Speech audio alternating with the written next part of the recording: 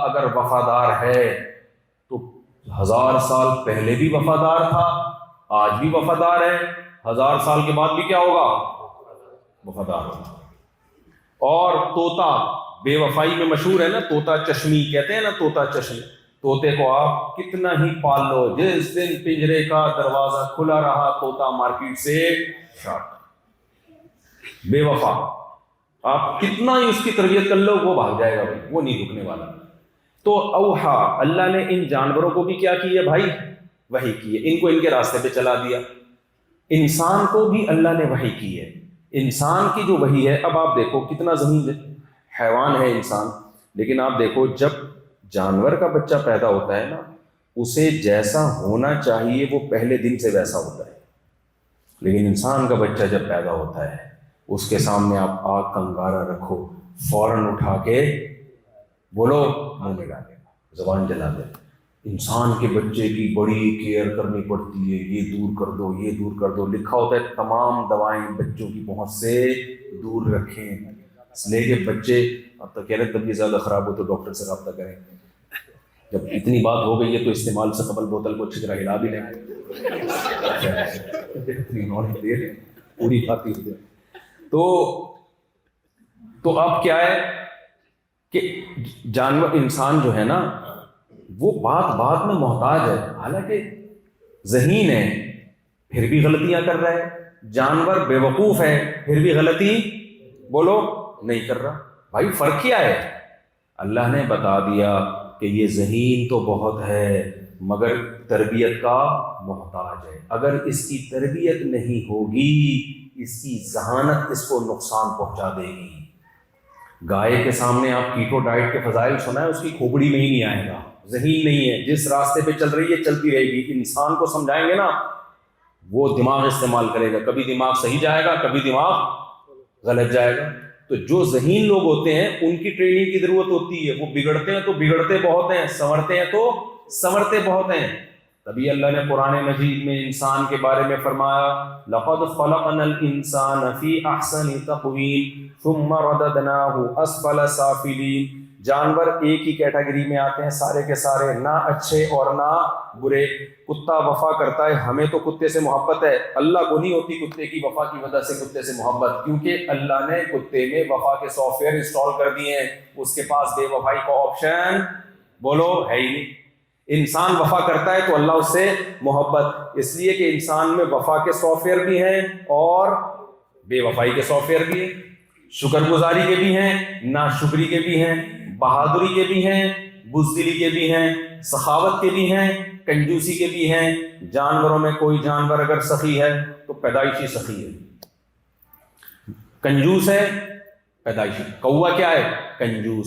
میں نے دیکھا ہے کووں کو، آپ کوے کو کچھ ٹکڑا ڈالیں چھپائے گا، جتنا کھائے گا نا اس کے بعد کم بہت پتھر کے نیچے چھپائے گا کہ اگلے ٹائم کے لیے، او بھائی تو چھوڑ دے دوسرے کو بھی کھا لیں گے یار آ کے، جس اللہ نے تجھے آج کھلایا ہے شام کو بھی کھلا دے گا، نہ بلی نہ کھا جائے، یہ نہ کھا جائے۔ ڈیڑھ ہوشیاری کرتا ہے کہ نہیں کرتا؟ بلی ایسا نہیں کرتی، بلی کتنی بھوکی ہو آپ اس کے سامنے کچھ لا کے ڈال دو، جتنا کھا سکے گی کھائے گی، اس کے بعد وہیں چھوڑ کے چلی جائے گی۔ بھائی یہ بھی پیٹ بھر گیا ڈکار لو، دیکھا جائے گا اگلے ٹائم پہ کیا ہوتا ہے، اگلے ٹائم پہ جیسے اللہ نے کھلائے اگلے ٹائم پہ بھی کھلا دے گا۔ تو جانوروں میں یہ ساری چیزیں ہیں، لیکن اس کی وجہ سے اللہ جانوروں سے محبت نہیں کرتا کہ بھئی کتا وفادار ہے تو اللہ اس کو جنت کے اعلیٰ مقام میں لے کے جائے، میرا محبوب ہے لہذا میں اس کو کہاں لے کے جاؤں گا۔ کیوں بھائی؟ اللہ کو پتہ ہے کہ یہ اس وفا پہ مجبور ہے، گن پوائنٹ پہ اس کو وفا کروا رہا ہوں میں، اس کا اختیار نہیں ہے۔ تو جانوروں کی اخلاقی زندگی کوئی بھی نہیں ہوتی، جانوروں میں جو صاف ہیں وہ صاف ہیں، جو میلے ہیں وہ میلے ہیں، ان کو عید پہ بھی نہلا دو وہ صاف نہیں ہوں گے۔ لیکن انسان کی زندگی کا ایک بہت بڑا پہلو ہے اخلاقیات، سمجھتے ہو؟ اس اخلاقیات میں انسان کو 2 قسم کی گائیڈنس چاہیے، جس کے لیے آپ کو مولاناز کی ضرورت ہے، یا مولانا کا لفظ چھوڑ دو علماء کی ضرورت ہے، یا علماء کو بھی چھوڑ دو پیغمبروں کی ضرورت ہے۔ سمجھتے ہو کہ نہیں سمجھتے؟ جس کے لیے آپ کو کس کی ضرورت ہے؟ پیغمبروں کی۔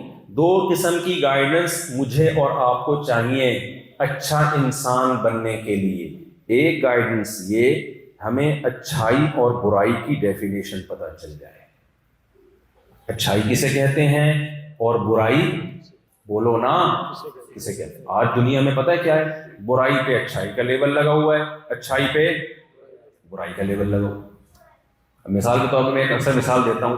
ہماری سوسائٹی میں, پاکستان کی بات کر رہا ہوں, چرس بری چیز ہے.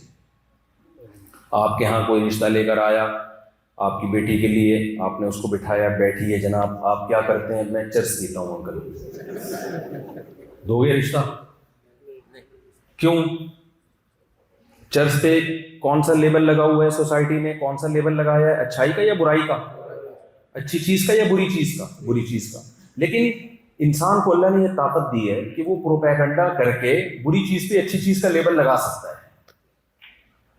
یہ طاقت دی ہے, اور اصل میں تو شیطان کو طاقت دی ہے, لیکن شیطان کو یہ طاقت دی ہے کہ وہ انسان پہ قابو پا کے نا وَزَيَّنَ لَهُمُ الشَّيْطَانُ أَعْمَالَهُمْ, کہ شیطان برے اعمال کو مزین کر دیتا ہے. مزین کا ترجمہ آج کی زبان میں ہوگا اٹریکٹیو. چیز بری ہوتی ہے لیکن شیطان اس کو کیا بنا دیتا ہے؟ اٹریکٹیو. سمجھتے ہو؟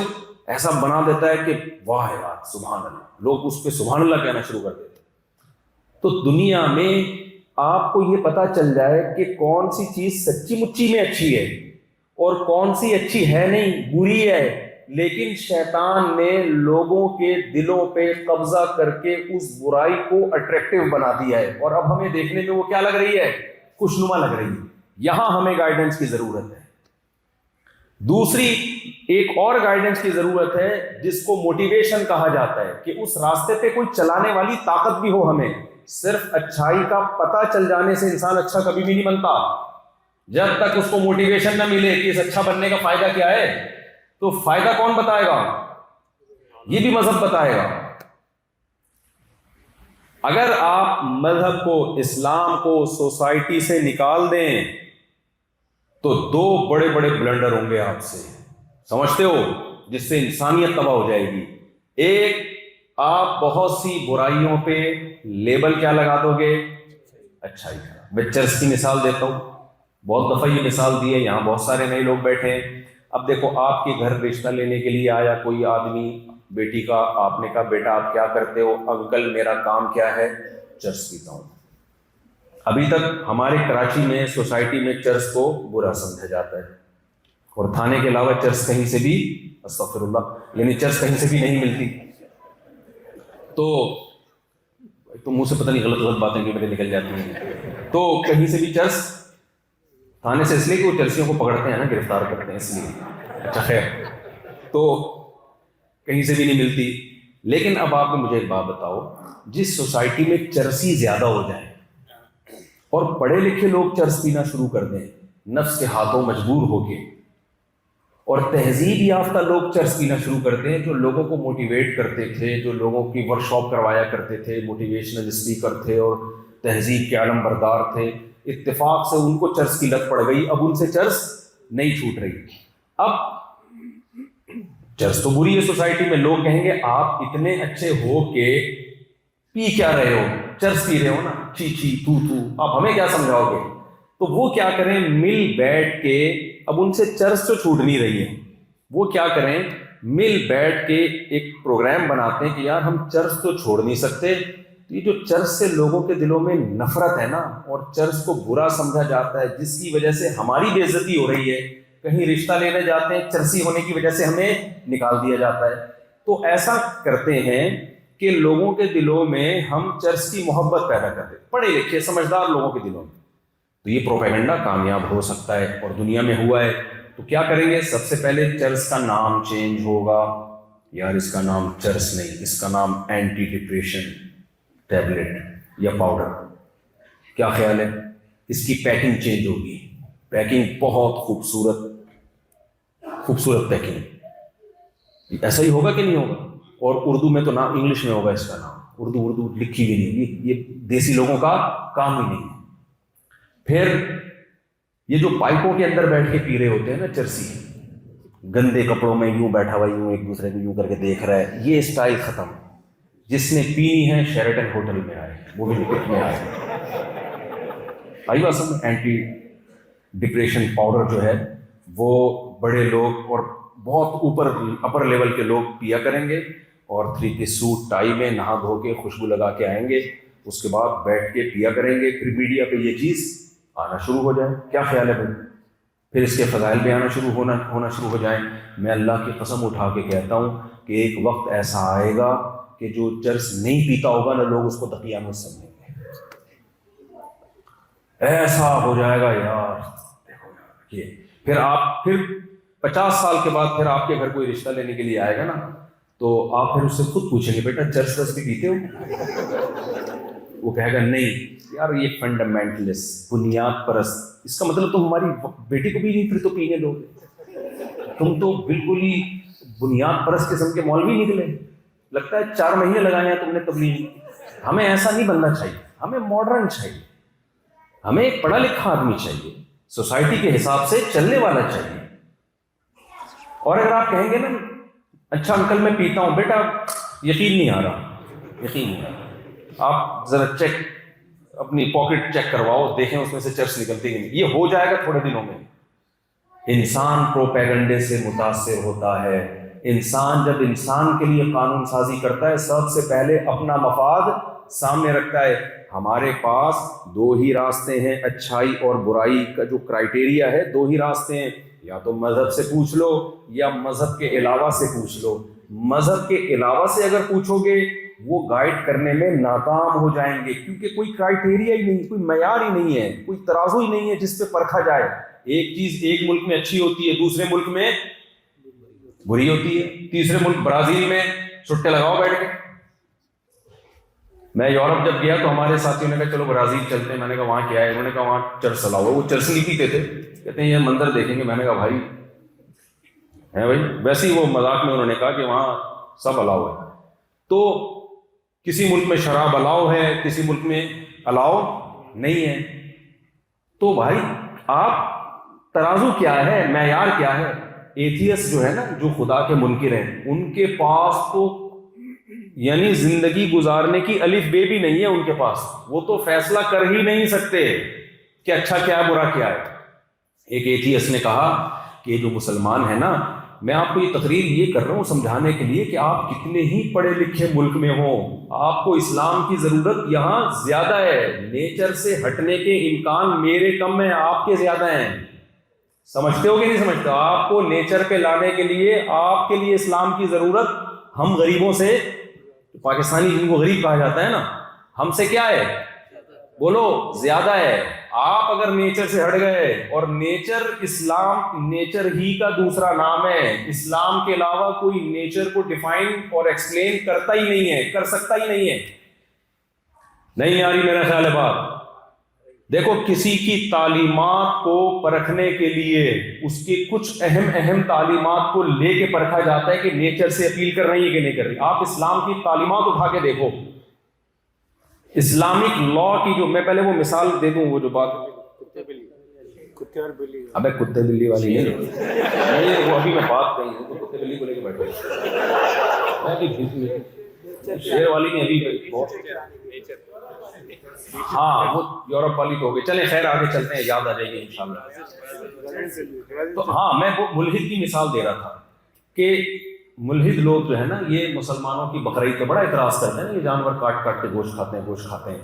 ایک ملحد نے اسی طرح کا اعتراض کیا کہ تم لوگ جانوروں کو حلال کرتے ہو، ظلم کرتے ہو جانوروں پہ، ان کو بھی تو زندہ رہنے کا حق ہے. تو میں نے کہا بھائی ہمارے پاس تو ایک دلیل ہے کہ اللہ کہتا ہے وَسَخَّرَ لَكُم مَا فِي السَّمَاوَاتِ وَمَا فِي الْأَرْضِ جَمِيعًا مِّنْهُ.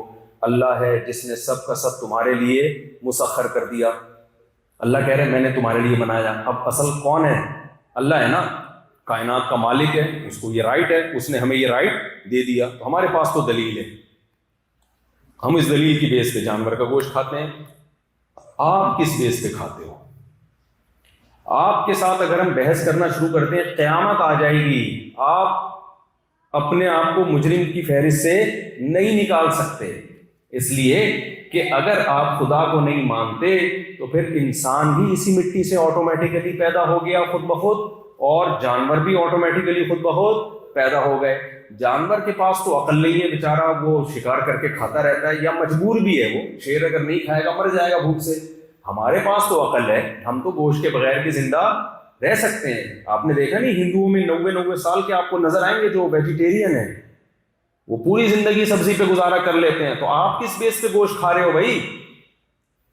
آپ کہتے ہو ڈاکٹر کہتے ہیں ضرورت ہے، ڈاکٹر میں بڑا اختلاف ہے، کچھ ڈاکٹر گوشت کے خلاف ہیں، بڑا اختلاف ہے. آپ وہ والا ڈاکٹروں کا فرقہ کیوں نہیں فالو کرتے جو کہتے ہیں گوشت مت کھاؤ؟